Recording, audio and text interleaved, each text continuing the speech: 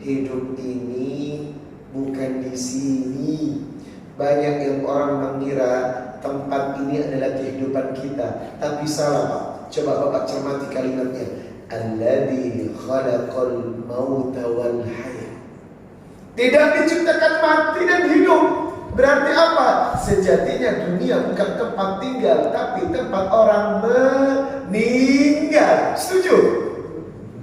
Makanya kalimatnya alladzi khalaqal maut wal hayat. Mati dulu disebut karena apa? Fase kehidupan sebenarnya adalah setelah kematian kita. Dan kehidupan ini adalah kematian pertama yang akan kita terima. Sebab apa? Kullu nafsin dha'iqatul maut. Setiap yang bernafas pasti akan mati. Kalau kita mencermati ayat per ayat, kita sadar alladzi khalaqal maut. Oh, ternyata hidup ini bukan tempat tinggal, tapi tempat orang meninggal. Dan yang dituntut dari ayat ini, liyabluwakum ayyukum ahsanu amala. Perbanyaklah memberikan amalan yang terbaik. Sebab kita butuh amunisi Pak. Kita butuh bekal persiapan menuju mati. Ini yang jarang orang ingat.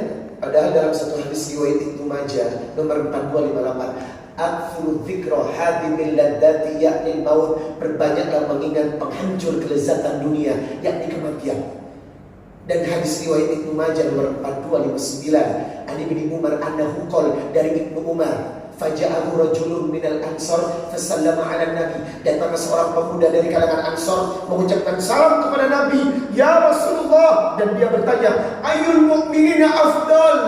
Siapakah mukmin yang paling utama? Nabi menjawab, qala ahsanuhum khuluqan, yang paling bagus akhlaknya. Wa ayyul mu'minina aqyas? Siapakah mukmin yang paling cerdas? Qala aktsaruhum limauti dzikra wa ahsanuhum lima ba'da husnidada. Ulaikal aqyas, yang paling cerdas, yang banyak mengingat mati dan mempersiapkan bekal terbaik menuju mati. Karena semua yang duduk di sini pasti mati.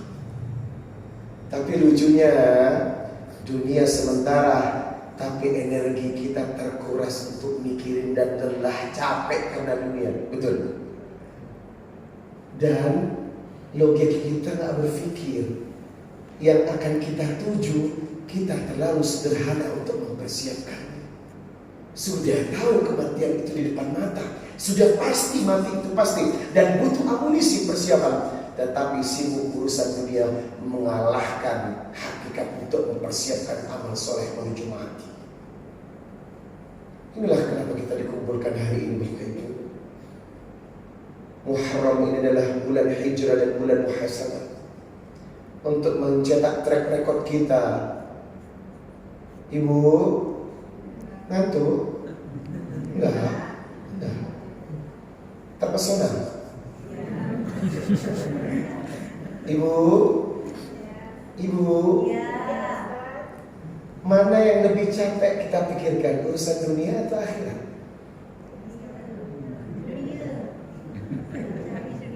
Kita sadar dunia itu capek, betul Pak? Lelah, pulang kantor, berangkat kantor sampai rumah capek. Belum lagi ada dimarahi atasan, capek. Belum lagi urusan istri rumah tangga, capek. Urusan dunia itu melelahkan. Memang itulah fitrahnya dunia. Dan yang menenangkan itu adalah Allah. Alladzina tatma'innu qulubuhum bi dzikrillah, alla bi dzikrillah tatma'innul qulub. Semakin Anda banyak mengingat Allah dan berinteraksi kepada Allah, jiwa Anda akan terasa tenang. Inilah yang membuat kadang urusan dunia kita lelah. Sebenarnya kita salah konsep Bapak Ibu. Kalau Anda dan saya betul-betul sesuai dengan konsepnya Allah, bacalah surat Al-Qasas surat 28 ayat 77. Wa baghagi fima atakallahu ad-darul akhirah wa la tansa nasibaka minad dunya wa ahsin kama ahsanallahu ilaika wa la tabghil fasada fil ard innallaha la yuhibbul mufsidin. Hendaklah urusan yang kau kejar pertama kali adalah urusan akhirat. Wala tansa nasibaka minad dunya. Jangan lupa juga urusan dunia. Berarti Islam itu tidak naif. Selama Anda hidup mesti butuh dunia. Betul? Selama kita hidup butuh dunia, maka silakan Anda manfaatkan dunia yang Anda miliki, Pak. Waktu yang Anda miliki. Tetapi tolong bikin the priority, skala prioritas. Mana yang akan kita perjuangkan yang utama, dan mana yang menjadi second destination atau tujuan yang kedua. Kita salahnya di sini. Bukan orang Islam ini tidak boleh memiliki mobil, rumah, jabatan, harta, kekayaan. Silakan. Hak kita. Karena kita butuh. Tetapi yang diutamakan, kelola kepentingan dunia untuk selalu berada di bawah kepentingan akhirat. Bapak, boleh saya bertanya, umroh apa motor? Jawabannya apa? Jawabannya umroh, faktanya motor kan? Sudahlah. Ibu, rumah apa haji?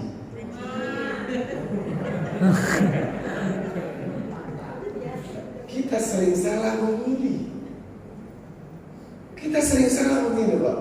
Ustaz, kan yang haji bagi yang mampu, kewajiban itu bagi yang mampu. Maaf, mampu di sini bukan karena nominal.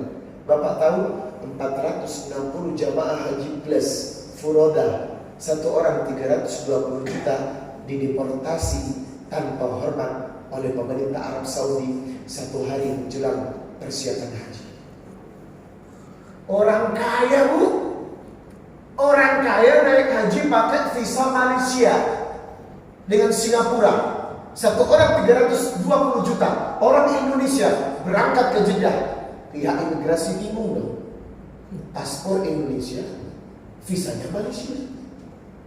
Dicek 460 jamaah Indonesia dipulangkan tanpa hormat dan tidak bisa berangkat haji. Anda pikir haji untuk orang kaya? Anda pikir haji untuk orang mampu secara finansial? Maaf, memang betul. Fihi ayatun bayyinatun maqam Ibrahim, faman dakhalahu kana amina, walillasi hijjul baiti man istata'a ilaihi sabila.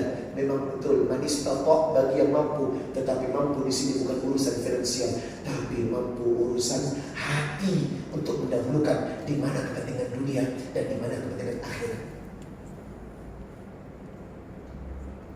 Parah, Pak. Seandainya kita mendahulukan Allah, urusan dunia ini beres. Karena Allah yang punya rezeki. Inna Allah yarzuqu man yasha. Coba Bapak buka Ali Imran 96. Inna awwala baiti wudi'a linnas lalladzi bi Bakkah mubarakan wa hudan lil alamin. Orang yang ke Mekah, sepulang dari Mekah, mubarak. Jaminan rezeki sempurna untuk orang itu. Ini janji Allah. Tapi kenapa Bapak Ibu nggak pernah yakin dengan janji Allah? Kalau ternyata umrah lebih utama daripada motor, kalau ternyata rumah lebih utama daripada haji. Tapi itulah kenapa dunia kita terlalu membuat rezeki itu terkotak-kotak. Sekarang Bapak bayangkan dari kehidupan saya. 2014 saya menikah, rumah kontrak, istri saya memilih haji plus, kita berangkat haji. Pulang haji, istri hamil, lahir anak pertama. 2018 saya berangkat haji kedua, ingin rumah. Pulang haji 2018, rumah di atas 2000 meter Allah hadiahkan kepada saya.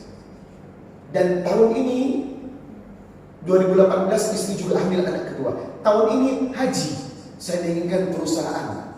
Allah hadirkan perusahaan baru skincare yang saya miliki, dan istri hamil anak kembar dilahirkan. Allah tidak pernah bohong terhadap janjinya. Mubarakan wa hudan lil alamin. Kau pergi ke Mekah, pulang dari Mekah, segala urusan dunia dan jabatan hidupmu mubarak. Tetapi kita ragu, Pak. Ibu, kurban apa handphone? Kurban.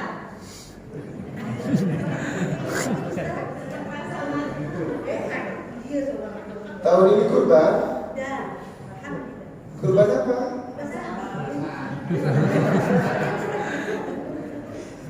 Ya Allah, apa nggak malu, Pak? Padahal kurban itu satu ekor kambing cukup mewakili satu keluarga. Ada syariat yang salah, satu orang satu ekor kambing, tidak ada sunnahnya demikian. Kalau Bapak Ibu tahu, Rasulullah tiap tahun berkembang 2 ekor kambing. 1 ekor atas nama keluarganya, 1 ekor atas nama umatnya. Berarti syariatnya adalah 1 keluarga, 1 ekor kambing. Bukan 1 orang 1 ekor kambing. Payahlah pegawai negeri. 7 orang keluarga 7 ekor kambing, mati lawak. 1 ekor aja Pak, 1 ekor saja 3 juta aja, 4 juta deh. 4 juta kalau dikalkulasi 1 tahun Anda nabung 1 hari 11.000. Wow, mudah. Ternyata bukan harta yang membuat kita susah, manajemen prioritas yang membuat kita salah dalam langkah. Makanya hari ini Bapak Ibu, jangan ragu untuk melangkah ke depan dengan janji-janji Allah. Jangan takut uang yang Anda keluarkan di jalan Allah, pengorbanan yang kita keluarkan di jalan Allah akan berbalas ratusan kali lipat dengan kenikmatan hidup yang luar biasa. Ingat, dunia setitik dari lautan, setetes dunia dari lautan. Di hadapan Allah, dunia ini gampang. Innama amruhu idza arada syai'an ay yaqula lahu kun fayakun. Ketika kita diridhoi dengan kekuasaan dan harta, maka Allah akan memberikannya. Jadilah manusia yang jujur, ahli sedekah, memberi, dan hati-hati dalam menerima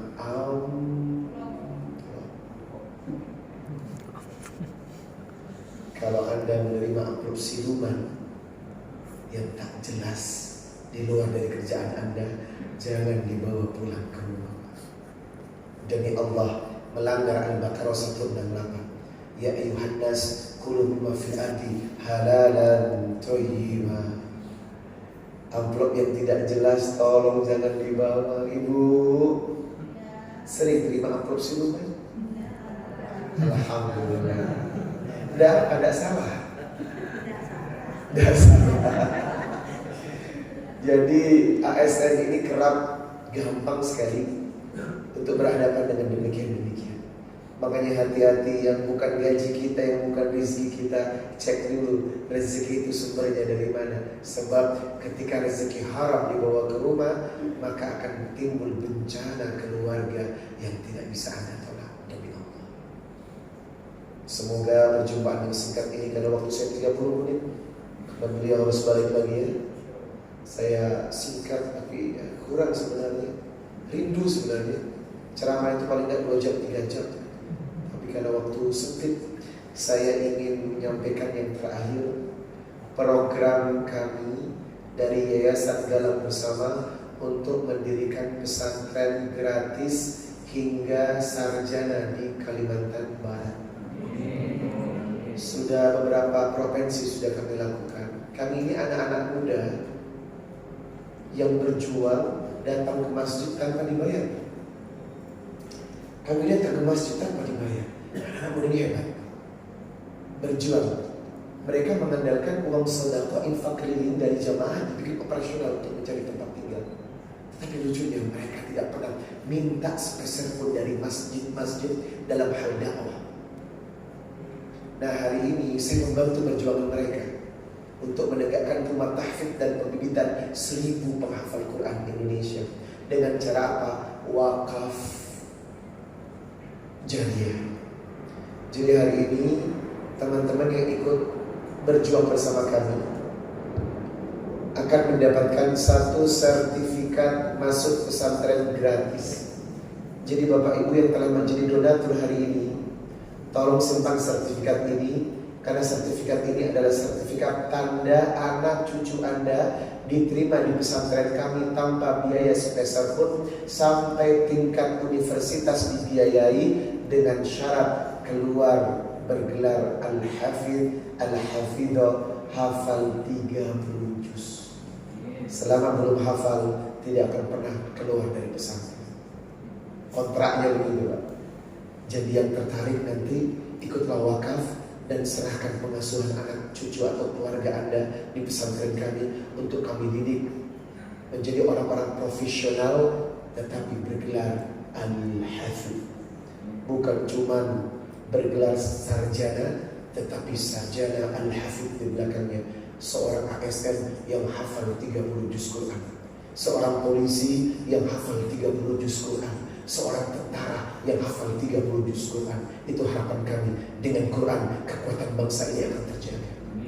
Nanti yang berwakaf akan mendapatkan sertifikat ini. Tolong jangan dibuang Pak, disimpan baik-baik untuk pelaksanaan pembangunan pesantren dan proses pembelajaran di Pontianak, Kalimantan Barat. Dan akan mendapatkan satu mushaf Qur'an, Quran tafsir dan terjemah, yang di dalamnya diperkaya dengan doa-doa harian, ada zikir pagi dan zikir sore yang akan bermanfaat untuk ibadah kita kepada Allah. Dan yang terakhir, nanti yang berwakaf tolong angkat tangan maju ke depan untuk saya doakan dalam tawassul bil amal. Apa hajat Anda yang ingin ditunaikan? Sebab Nabi berkata setiap sedekah diiringi dengan doa. Itu namanya tawassul bil amal. Setiap wakaf mintalah hajat kepada Allah tentang kebaikan-kebaikan yang belum dikabulkan. Mungkin ada penyakit yang belum sembuh, menikah belum ada keturunan, lagi mencari jodoh, ingin berangkat ke Baitullah, mendoakan orang tua yang sudah meninggal, atau apapun hajatnya, boleh di samping wakaf kita sampaikan doa kita. Baik, untuk yang berwakaf pembayarannya tidak harus hari ini ya Bapak Ibu, karena ini sistem transfer. Silakan pembayaran Anda lakukan transfer di Bank Syariah Indonesia agar Ibu bisa melihat kredibilitas kami. Pantau Facebooknya, Instagramnya, Twitternya, agar kita secara akuntabilitas paham lembaga ini profesional, amanah dan bisa dipercaya. Silakan transfer. Kapan transfernya? Sesuai kondisi rezeki. Minggu depan boleh? Boleh. 2 minggu lagi boleh? Boleh. 3 minggu boleh, 1 bulan boleh, gajian boleh, setahun jangan. Terlalu lama setahun. Program kita nggak bisa berjalan Bapak Ibu. Paling tidak sebulan lah bantu berjuang dengan kami dalam program 1000 pembuatan Al-Quran. Baik, sekali lagi pembayaran tidak hari ini ya. Silakan Anda transfer saat Anda punya rezeki. Kami hanya akan menyerahkan hadiah sertifikat masuk pesantren dengan Al-Quran. Selanjutnya pembayaran saya serahkan kepada Bapak Ibu, kapan adanya, kapan mampunya. Silakan transfer ke rekening pesantren atau yayasan jalan bersama kami. Baik, kami akan panggil dari wakaf yang pertama sampai wakaf yang terakhir, dan jumlahnya bertingkat dari yang paling tinggi sampai yang paling kecil. Silakan Bapak Ibu pilih sesuai dengan kemampuan. Jangan ada paksaan, jangan ada sesuatu yang mengganjal di hati, sesuai dengan apa yang kita mau dan berkorban di jalan Allah. Bismillahirrahmanirrahim. Saya panggil pertama hamba Allah yang siap membantu perjuangan kami, program pesantren gratis hingga fakultas dengan gelar Al-Hafidh 30 juz Al-Quran. Semuanya dibiayai oleh yayasan dan pesantren. Dan silakan yang ingin menjadi pewakaf di angka 5 juta rupiah, mohon maju ke depan untuk menerima sertifikat Al-Quran plus doa tawassul bil amal. Silakan. Ada yang ingin berani mencoba di angka 5 juta, dan pembayaran boleh dicicil pelan-pelan sesuai kemampuan kita. Takbir! Assalamualaikum warahmatullahi wabarakatuh. Masya Allah, dengan abang siapa? Masya Allah, Herman ya? Abang Herman. Bismillahirrahmanirrahim. Ya Rabb, saya tulis nama beliau ya Rabb. Abang Herman, saya serahkan nama. Salatullah salamullah ala toha rasulillah. Salatullah salamullah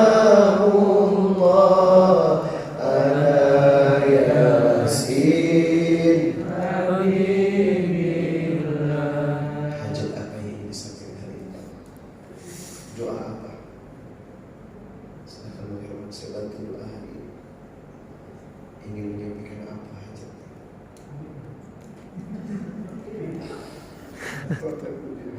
Selamat tinggal akhirat, Masya Allah. Orang tua masih? Dua-duanya sudah meninggal. Kita doakan untuk orang tua dulu ya. Bismillahirrahmanirrahim. Beliau mewakafkan harga ini untuk orang yang sudah meninggal yang beliau cintai, bapak dan ibu beliau. Allahumma ighfir lahum warhamhum wa'afihim wa'fu anhum. Ya Allah, sampaikan wakaf untuk ayah dan ibunya. Jadikan wakaf ini taman surga di kuburnya ya Allah. Ampuni dosanya ya Allah. Berikan nikmat kubur ya Allah. Lapangkan dengan nikmat dan cahaya ya Allah. Dan kembalikan orang tua beliau dalam keadaan husnul khatimah. Amin. Yang kedua untuk kebaikan dunia akhirat. Allahumma inni ala dzikrika wa syukrika wa husni ibadatik. Allahumma inni nas'aluka al-huda wa tuqa wal afafa wal ghina. Allahumma inni nas'aluka ilman nafi'an wa rizqan thayyiban wa amalan mutaqabbalan. Amin. Berkah. Selesai nanti dicatat. Takbir. Allahu Akbar. 5 juta kedua. Siapa yang ingin ikut berjuang bersama kami membangun generasi Quran Indonesia dengan harta dan kekuatan kita, dengan perjuangan dan pengorbanan kita, mari boleh angkat tangan dan maju ke depan. Salah satu fadilah dari wakaf jariah sampai hari ini kepada almarhum dan almarhumah. Bapak Ibu, fala taqulu lima yuqtalu fi sabilillahi amwat bal ahya'u walakin la tashkurun. Al-Baqarah 154. Jangan Anda pikir orang-orang yang meninggal yang Anda cintai, orang tua Anda, keluarga Anda itu mati, mereka hidup di kuburnya mengharapkan doa dan wakaf jariah dari orang yang mereka cintai. Maka hari ini siapa yang punya orang tua meninggal, salah satu kebaikan yang bisa dilakukan berwakaf jariah atas namanya, dan wakafnya dinikmati oleh yang hidup, Al-Qurannya dibaca oleh yang hidup, dan mereka adalah penghafal Quran. Betapa senangnya orang tua cuma tak bisa kirim kabar kepada ibu. Seandainya bapak ibu Anda yang meninggal kirim SMS dan dia bilang saya bahagia, maka sampai kalimat itu kepada kita. Mari bapak ibu yang punya keluarga sudah meninggal, wakafkan dengan wakaf jariah, karena inilah sunnah dari Rasulullah SAW. 5 juta kedua. Setelah Bang Herman, siapa ingin mencoba? Sampai jam berapa? Sudah selesai? Masih ada waktu? Sampai jam 3? Enggak ya? Masuk lagi jam berapa Bapak Ibu? Saya ikhlas ya. Oh, ini sudah lewat ya. Masya Allah. Kita nggak boleh zalim. Ya, tapi kita juga nggak boleh zalim terhadap waktu, Bapak Ibu. Iya, berarti 10 menit lagi ya. Baik, 10 menit lagi deh. Biar jam 1:15. Mungkin yang hadir ini pada puasa jadi nggak makan siang kali ya. Masya Allah, senangnya. Berarti yang lain nggak ada nggak puasa, nggak apa-apa. Baik, silakan 5 juta kedua. Ada yang ingin mencoba Bapak Ibu? Terkadang harta ini adalah ujian yang dipertaruhkan melalui iman. Seberapa besar keyakinan dengan Allah dalam membangun sunnah. Silakan 5 juta kedua. Ibu-ibu belum ada yang terangsang untuk ikut mencoba program ini. Bayarnya boleh nyicil. Kapan ada transfer. Dan insya Allah setelah Bapak Ibu bertransaksi, وَيَرَزُقُ مِنْ حَيْثُ لَا يَحْتَسِبُ. Ada keajaiban rezeki yang dihadirkan dari arah yang tidak pernah disangka-sangka. Itulah yang disebut power of sedekah, kekuatan sedekah. Mari, atau langsung saya umumkan semuanya. Silakan Bapak Ibu memilih, karena jadwal kerja yang memang kita tidak boleh menzaliminya.